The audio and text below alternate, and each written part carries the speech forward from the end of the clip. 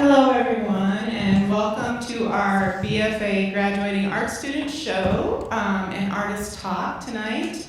We have only 2 this year. Last year we had like 6, so it will go kind of quickly tonight, and we will all meet up at the gallery afterwards. They will be answering questions for you up at the gallery. We just feel like that's a little bit easier for everybody. So we have Felix Gutierrez and Laurel Edwards. And they're going to tell you a little bit about their academic career here and fill you in on what you might see at the gallery as well. So welcome everybody. I hope you enjoy it.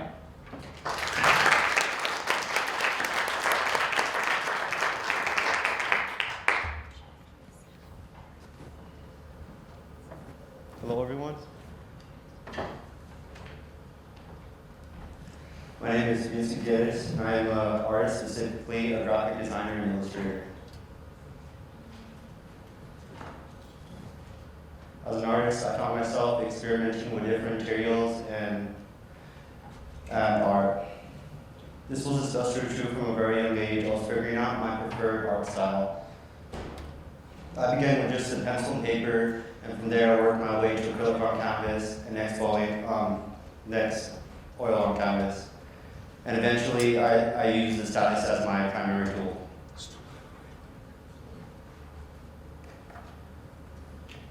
I also used many other different materials such as watercolor and clay. I would work with these different means because something would convey better that I wanted to express. Through each different iteration of media and art form, I was beginning to understand myself and what I wanted to create.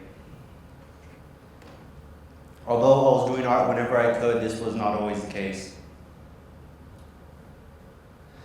When I first started going to college, I was pursuing a degree in forest wildlife law enforcement. And while I was pursuing this degree, I was also working in art on the side. However, I continued to pursue art as a passion on the side while also taking forest wildlife law enforcement classes. During this time, I was being noticed by the science professors and my art professors. In my science classes, I was required to draw highly detailed specimens, and my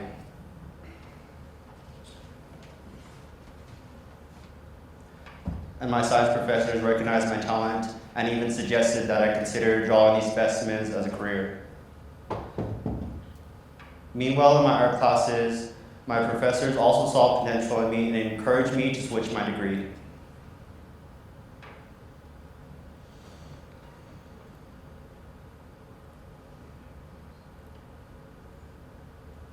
Sorry.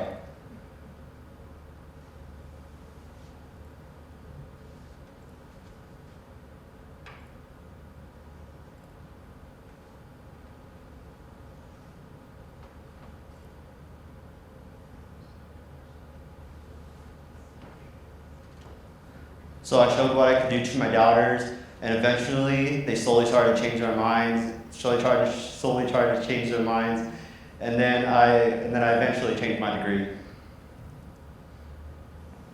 Once I changed my degree, I focused on art and what I wanted to create and what inspired me. So I started to study multiple artists and artists from art history and well-known artists, and even new emerging artists in my field of study. The pieces that most drew my inspiration from were pieces that were teeming with life and interaction.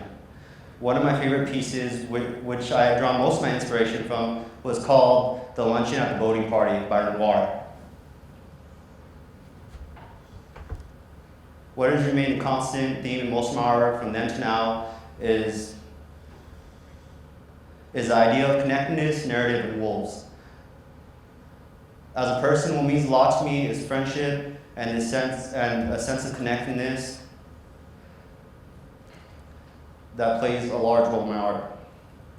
I am the happiest when I'm surrounded by people that I care for. A drink, a taste of food is always better when shared together.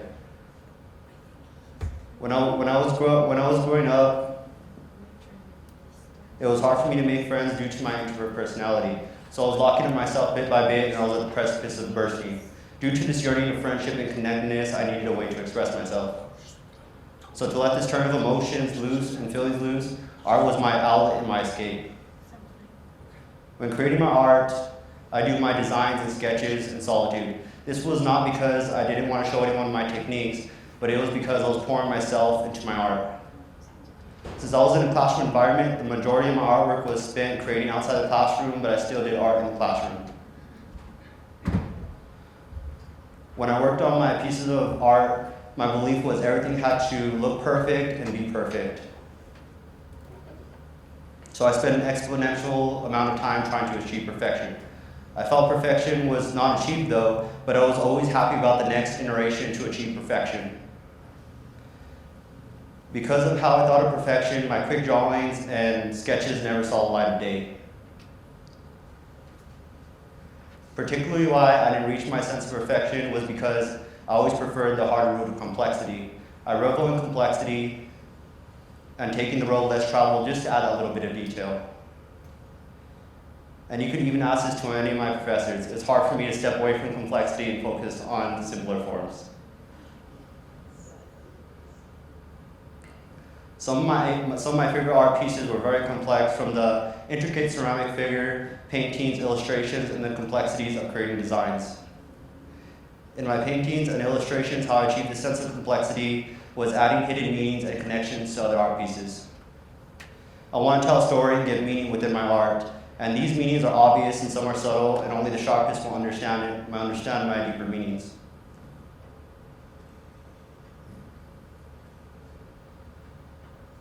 My first painting that I ever created was a painting of many wolves, and it had a story to tell, mainly of the father and mother wolf as they stared down at their children, the elements. Creating these narratives in my art was my way to escape reality as if I lived in these worlds. Not only were these pieces a sort of escape, but it was also a way to express key emotions and topics that I still use today in my art, which is connectedness, happiness, and creating a narrative of a scene of adventure. Why the wolf? I remember being asked this question so many times, but I never had an answer to it until I actually took the time to think about it. When I was growing up, I was the oldest out of 5 siblings, and I needed to be stronger for them. Soon after I decided I wanted to be stronger for those who I care about, I found a book about wolves. Strong and mighty wolves protected their family, and they protected each other. This also further instilled in me the sense of family, belonging, and connectedness.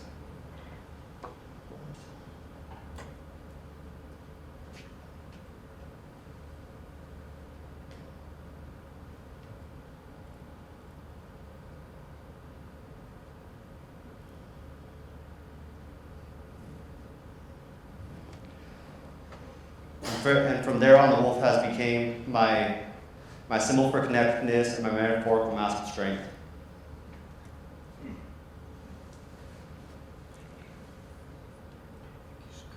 And I also started to perceive the wolf as this creature that will never surrender. When I felt weak or nervous, I imagined myself as a fierce wolf, so I put on a metaphorical mask. This was a way of faking it until I made it, chipping away at my introvert personality to become an extrovert. In a way, that sort of worked. Thinking of the wolf as my symbol, as my mask, the wolf found a way into my heart and my dreams. I was either one of them running on 4 legs, or I seen the wolf as passing by. Since then, the wolf has become a prominent piece in most of my artwork. During this period, when I was creating my portfolio to get accepted into the BFA program, I asked myself, what type of artist do I want to be? What type of art do I want to do? So I came across the field of graphic design and decided to give that a shot. And soon after, I found myself hooked. While I didn't continue doing my narrative style of art, I realized that illustration was a great way to express it. Therefore, I focused on both graphic design and illustration. As a graphic designer, I am creating designs that fits a client's needs. So I may not have been creating the art that I was used to, but I started enjoying being every bit a graphic designer. And now, I may not have been building worlds, but I was building something different. Creating art as a graphic designer was working with the other side of my brain, which was a delight. So now I'm creating designs and doing illustrations to convey narratives that I wish to create. And these narratives that I have done with my illustration skills were pivotal in creating my art in the show. Now I would like to share a little bit about the exhibition with you today. Unreality is a conduit to dream and the psyche. Through unreality and dream, I am trying to understand myself and trying to understand the people around me. The further I dive, the more I see rare nightmares and an overwhelming amount of blissful dream. The desire for unreality is a dream that you wish not to wake up from. A dream where everything is almost perfect. It is made up of what can and cannot exist in reality. There are two examples, is that in surrealism there can exist a werewolf, and in realism what only could exist is the wolf. However, both creatures could exist in the unreal world, and only the wolf could exist in the real world. The journey of the desire of unreality is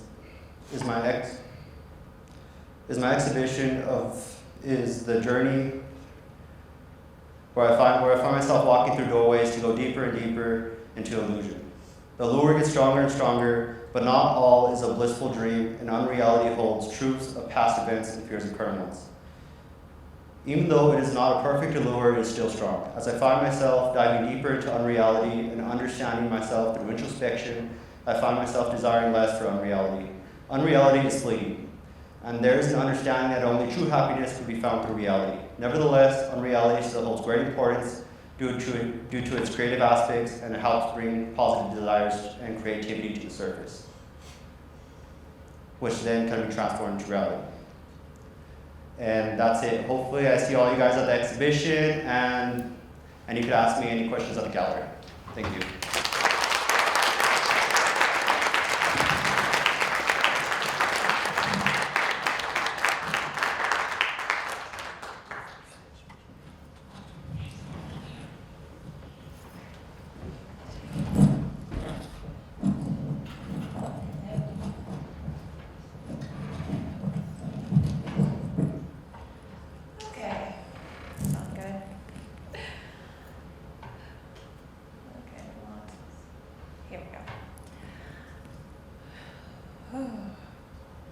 Hello, my name is Laurel. I'm a mixed media artist and a graduating Bachelor's of Fine Arts student here at Silver City, New Mexico.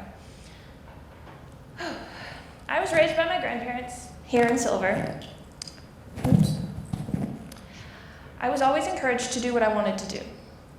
Before I declared my major, I tried several different avenues of study and always found myself back at art, so wound up declaring that. After declaring my major as a Bachelor's of Fine Arts student, I learned that my family is predisposed towards an artistic talent, including my grandmother here, my dear little sister here, and my great-grandmother, oops, this thing's picky today. This is my great-grandmother and one of her paintings, which we learned she did a lot more than we thought she did. This, of course, doesn't just go back that many generations, but apparently even further with my great-great-grandmother and my great-great-uncle. The talent that we have in my family showed itself in me in a destructive format. I doodled on anything and everything. Nothing was safe. You can ask my poor grandmother and my grandfather.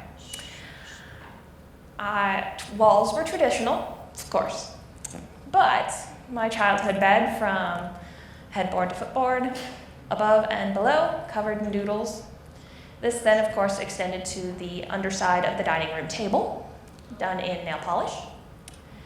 I was obsessed with the mark and what it could do and how I could make it and just anything about it.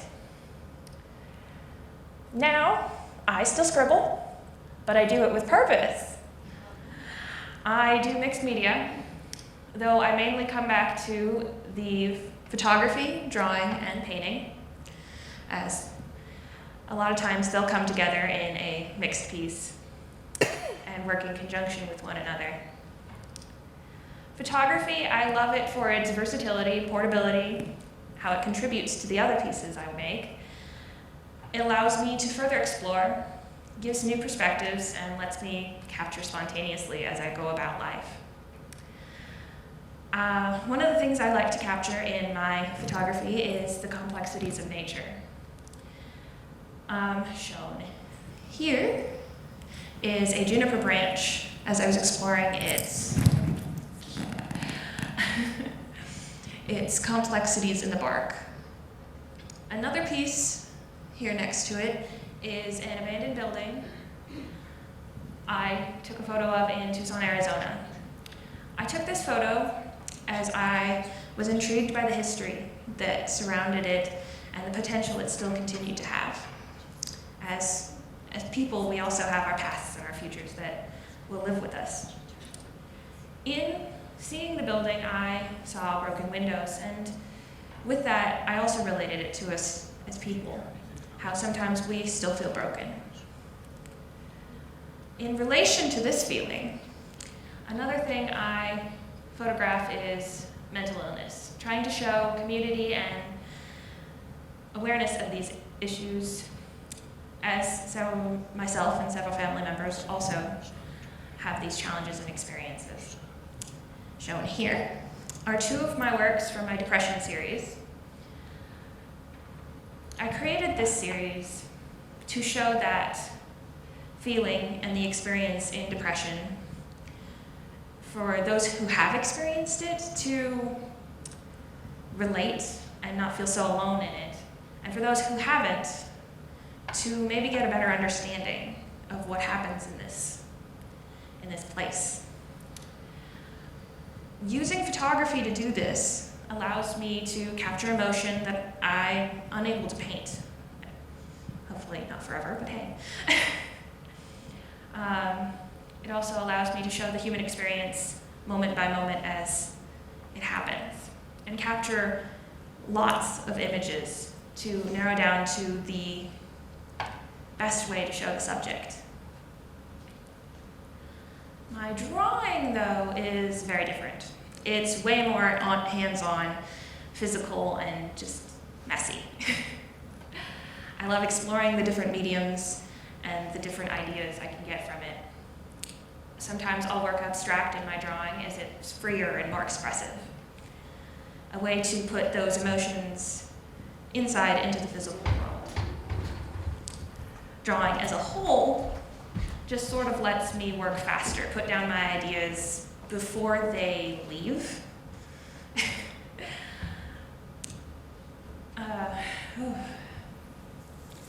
My drawings and paintings usually correlate, as most of my paintings, started out as drawings. In both mediums, I push and pull the materials to create the illusions and forms that I want to portray in the work. Shown here is my abstract work Crash, done in charcoal and pastel. It was inspired by the emotions I had at that time, which was a compilation of frustration, resignation, and melancholy. Yes, it was a very interesting semester. Of course, we then have the mixed media. I love mixed media because I can expand the world I create, the realms, just everything. I don't have to box myself in metaphorically or physically in my mind. Presented here is a watercolor and charcoal piece of a portion of a hummingbird, and next to it is a pair of cardinals done in acrylic and colored pencil and a couple other mediums. They were both inspired by the symbolism of birds or the associative meanings. Cardinals have come to symbolize for us as people self-worth, hope, creativity, stability, survival, and security. All right, now my painting is also inspired by the symbolisms and meanings of things also applied to my drawings, from the Victorian language of flowers and symbolism of birds, animals, and other things that I've found of interest. Paint, I like it because it creates an array of texture. Thick and sculptural, raised, visual work. Initially, I tried the thicker type of paint as I was very intrigued by the works of Van Gogh. And After trying this and experimenting with it, I quickly learned that I really liked it and kept working with it. These pieces here, as you can probably see, have that very thick quality. They are potentially 1/4 of an inch thick. It's a lot of paint. I liked this because, as is visible here, yes, I like that, you can see all the different colors come together in the wet paint and do something they don't normally do in thinner works. Not to mention, working with a big glob of paint on your paintbrush is like so much fun. Of course, I don't just work with the thick paint. I do some thinner works too. I worked with watercolor for a while and quickly learned that it was an interesting experience. And experimenting further with the paint, I liked how I could get it to drip and layer so that you could see everything below it in this amazing layered work. Even though I have a lot of thicker works, my favorite continues to be the combination of both, as it gives this more sculptural feel, which is probably the closest I'm gonna get to regular sculpture. This work is thinner, and it is a portrayal of a hydrangea with a contrasting color, also inspired by the language of flowers. For clarity on that, the Victorian language of flowers, or florology, is the language created by the Victorian people in their time that gives every flower its own representation, its meaning, usually found and used to send an emotion, sentiment, or message without words to another person. The Victorians were, I think, kind of emotionally constipated, but they had amazing creativity with their communication. Of course, another piece of, and more of my symbolism work are these sheep shown here, done in all ballpoint pen on paper. These sheep were inspired by the form of the ram and the symbolism given to sheep. Sheep are most closely associated with religion, Christian typically, but not all the time. They're used for metaphorical teaching. Lambs and ewes usually have a softer meaning: innocence, vulnerability, comfort. I explored the ram as I originally came to a fascination with their horns. Aren't they cool? Thus, sparking a further interest and research, and I learned that rams come with a representation of strength, devotion, wisdom, discernment, protection, and more. There's a whole lot of history there. And I wanted to imbue these works with those emotions, with those meanings, to bring them to light. When I work, a lot of times I'll get an idea and I'll jump right into it. I don't want to use any extra creative energy on anything extra. I want all of my creativity to go into the quote-unquote final work. I want to be in that piece. If I just have an idea, I might do some extra sketches, additional research, but a lot of times I'll just jump in. I want all of it to have a history in the work. When I'm not actively working on a piece, I'm either researching it further or leaving it alone so both of us don't kill each other.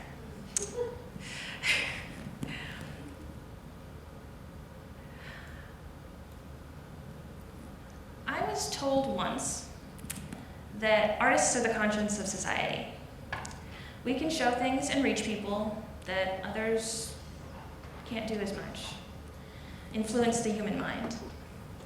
I hope this is true for a lot of my work, as it not only gives me a place to express myself and an outlet to put my emotions, experiences, interests into the world, but I hope it lets other people share, and react, and reach them to allow them to feel similar and connect.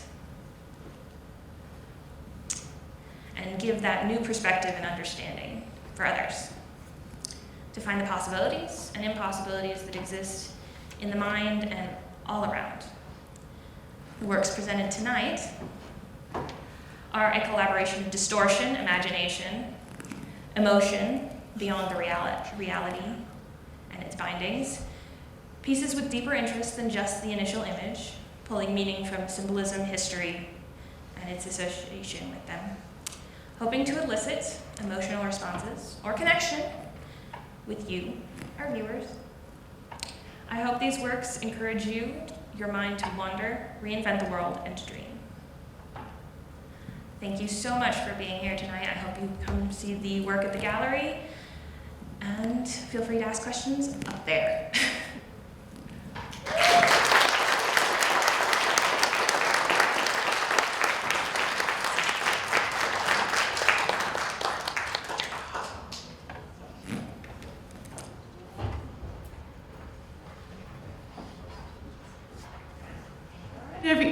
There we go. All right, everyone.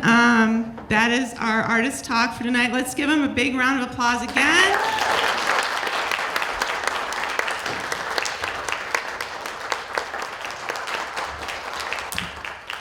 They did a really great job, and they have been practicing, and more practicing. So, and you can tell, it's not quite a TED Talk yet, but it was pretty close. So if you would like to join us up at the gallery, we'll be up there. There will be refreshments. And again, you can ask your questions up there. And I hope you enjoy the rest of your evening. Thanks for coming.